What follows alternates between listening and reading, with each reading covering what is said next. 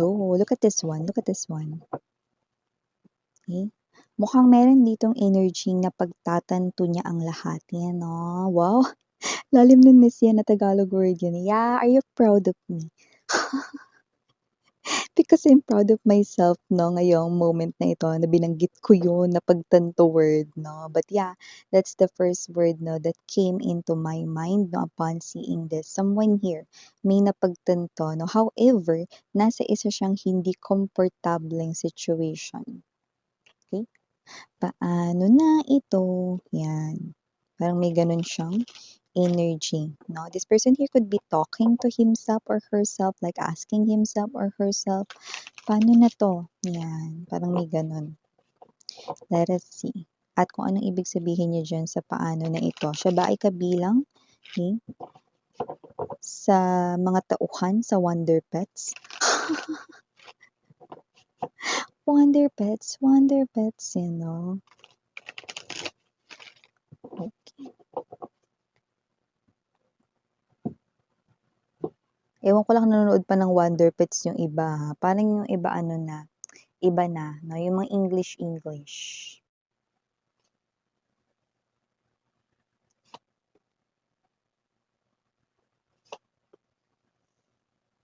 Hmm,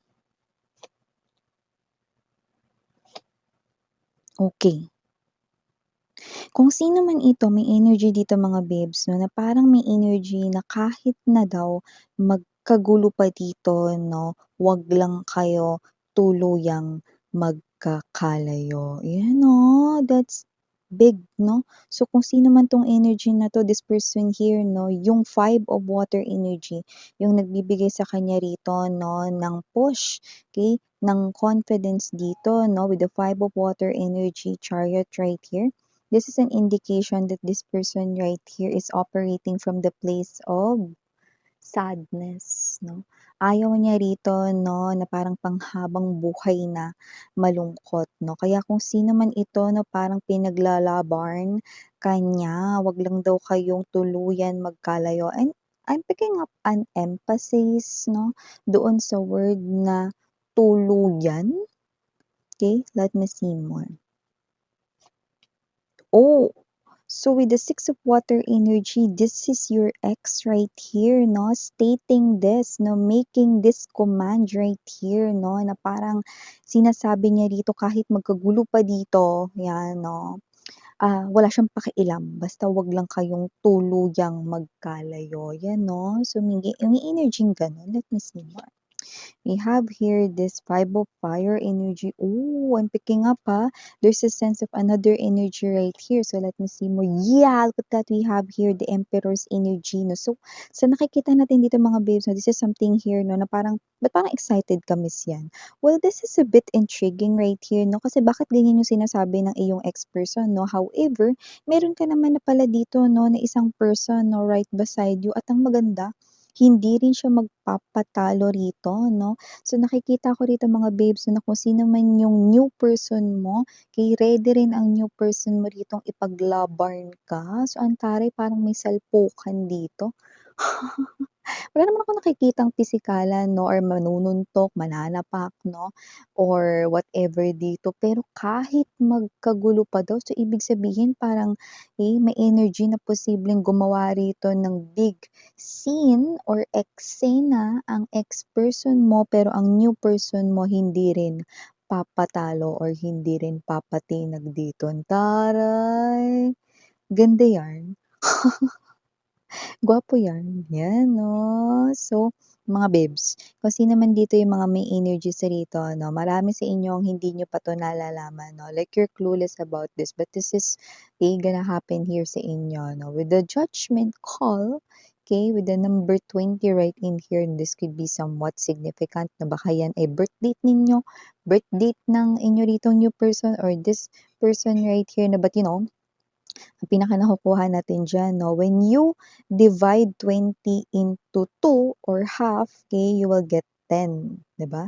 So nakita natin dito mga babes 'no, that this is something here 'no, na parang parang ayaw mag-end 'no.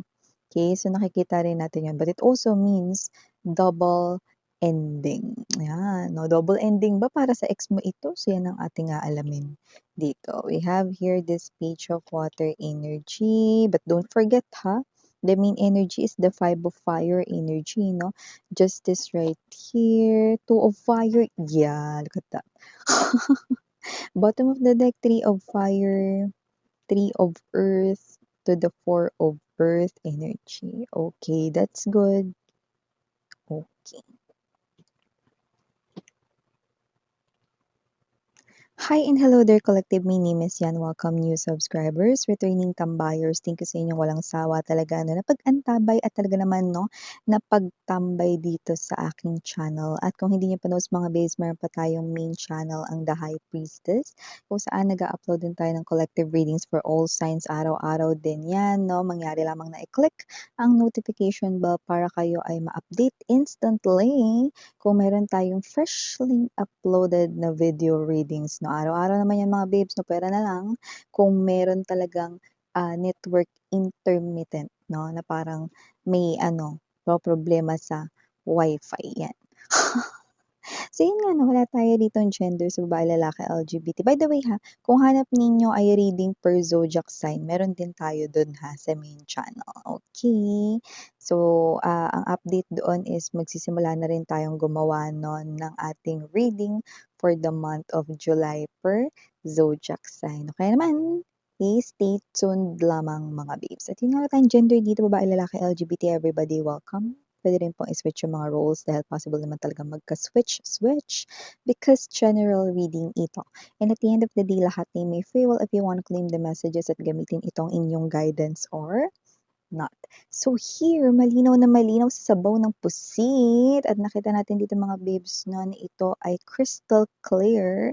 I'm seeing that your ex right here, no, parang gagawa rito ng eksena. Kahit magkagulo, wag lang daw kayong tuluyang magkalayo dito. Kaya naman pala may emphasis tayo, no, na nabavibe doon sa word na tuluyan. Kasi it looks like mangyayari ito or nangyayari na to ha. Basta mangyayari ito kapag meron ka ng someone right beside you.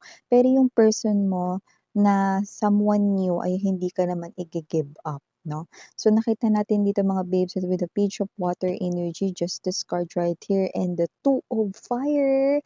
Ay nako, no? Hatiin mo kaya yung sarili mo. Kasi pinag-aagawan ka nila dito, uy. Yan, no? Kaya kung sino man 'tong mga energies na 'to, pinag-aagawan ka dito, te. Pinag-aagawan ka dito, pre. Kaya naman wala tayong gender dito, LGBTQs, just take how this resonates. I'm seeing right here, two people, no? Clashing, okay? Para lang talaga rito mga babes, no? Sa'yo, no? Yung isa gusto ka ritong kunin, yung isa naman ayaw kang ibigay dito kasi kanya ka na nga, no? So nakita natin dito mga babes, no, na kung sino man tong dalawang energies na to, no, sila ay nagtutunggalian para sa iyo ritong puso. Pero meron nga ba talagang pagtutunggali rito? Kasi nakikita ko rito mga babes, no? Okay, akala ko nung una may tumututol lang dito 'no, nung ating na-sense pa lang dito 'no. Kasi maaari rin kasi na yung na-sense nating tumututol, yes, puwedeng ito yung ex mo na 'to. Pero maaaring ang tutol rin dito 'no, ay abang mga taong nakapaligid sa inyo. Okay, puwedeng tutol rito 'no, sa inyo rito 'no, na pakikipag-connect if ever man or magre-reconnect kayo 'no, ng iyong ex na may mga tutol or may tutol dito 'no. Puwede rin naman na yung tutol na tinutukoy ay walang iba kundi ang new person ninyo na lumalabas bilang emperor 'no. Alam mo mas matimbang sa puso mo, dito sa reading na 'to, ang mas matimbang sa puso mo ay ang bago. Para lumabas sa kanya ang Emperor's side, ibig sabihin sa kanya mo nararamdaman 'no, yung stability. Sa kanya mo rito nafi-feel yung talagang love that you deserve. So nakikita ko rito 'no, na with this 5 of fire energy, laban kun laban, 5 of coins energy, hindi ka niya ibibigay, iba-block niya yung way para hindi ka malapitan ng iyong ex-lover. So nakita natin dito 'no, na ang ex mo ay hindi rin papatinag para maglabasan ang chariot energy at ang 8 of fire energy. So tawagin ko na ba yung mga tanod? Or kailangan bang i-involve ang mga pulisya rito? Well, I can say puwede kasing may sigawan dito lalo na wala tayong gender dito mga babes, Possible din kasi na meron dito 'no, na batuhan ng mga salita at medyo maingay ito, makakaapekto at makakatawag rin ng atensyon ng mga tao sa paligid gaya ng mga kapitbahay kung ito man ay mangyari 'no, sa inyong barangay or sa inyo ritong tahanan 'no, or sa inyong home. Puwede rin naman ng mga katrabaho ito 'no, na maapektuhan sa mga ginagawa 'no, at pansamantalang makitsismis 'no, kung sa inyong workplace naman mangyari ito or sa inyong negosyo right here 'no. Mga partnership ninyo sa trabaho, mga empleyado ninyo, staff ninyo, if you are owning here a business, 'yan, 'di ba?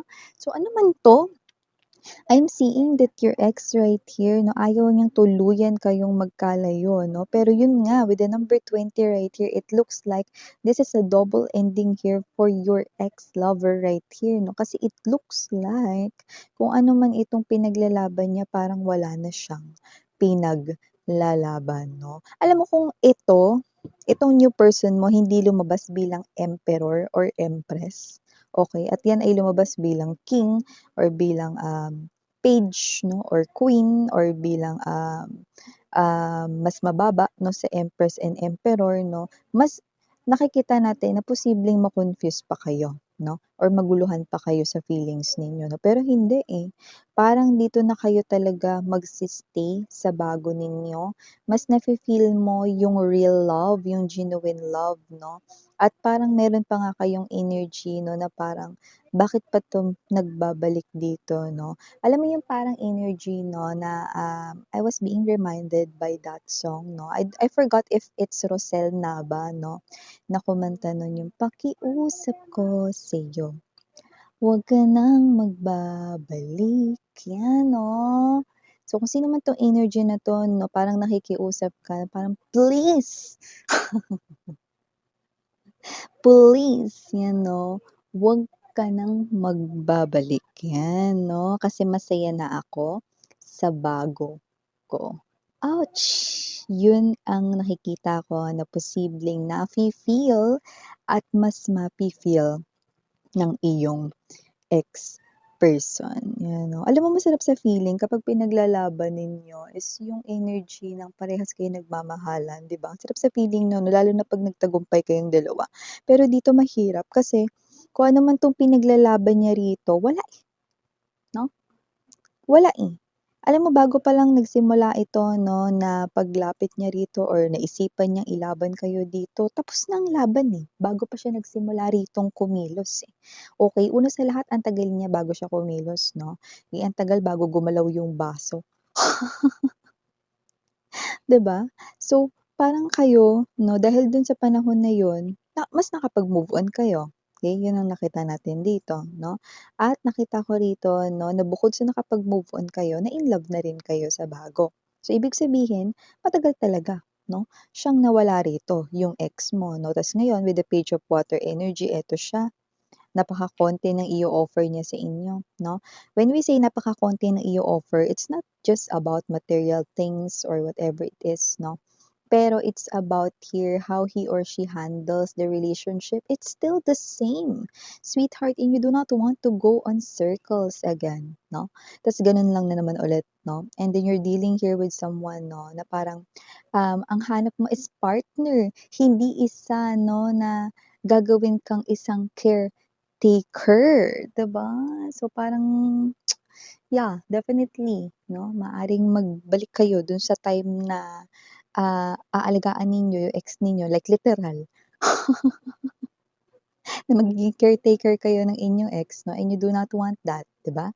So, yung nakita natin dito 'no, and with the 2 of fire energy, these people here pinag-aagawan ka nila 'no, and your ex right here is definitely OTW, making his or her way sa inyo 'no, but your new person will not give you up.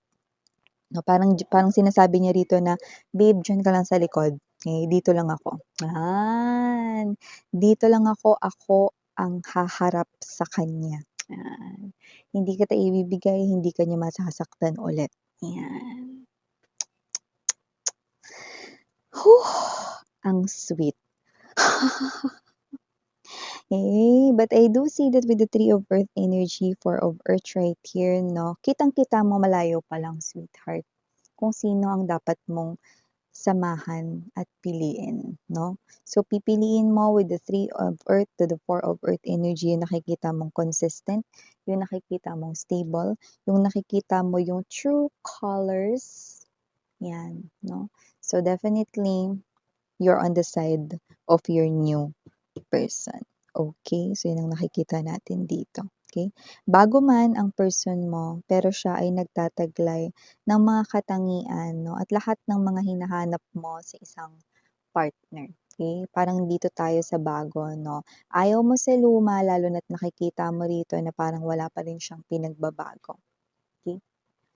And also, if this ex of yours already see na masaya kayo sa bago, dapat hinahayaan niya na lang kayo if he or she really loves you that much, isn't it? But that person, your ex right here, is someone who's selfish.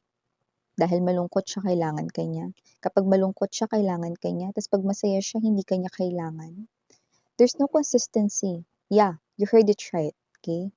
If you will go back with your ex, kapag malungkot siya, kailangan ka niya, okey? Pero kapag masaya siya, may experience mo ulit na parang wala ka na naman at binabalewala ka na naman niya. So, maybe that is also one of the things that you consider, okay, if you want to go back with your ex-lover. However, it is not your option right here, 'no? But this is also something here, 'no, na posible mong i-watch out because your ex-lover right here, 'no, is really determinado, 'no, na kahit manggulo pa siya rito, 'wag lang daw kayong tuluyang magkalayo. Ay go. Okay, so ito yung mga messages right here for you guys. Again, I'm your Yana on Sarang Love and Light Sweethearts. And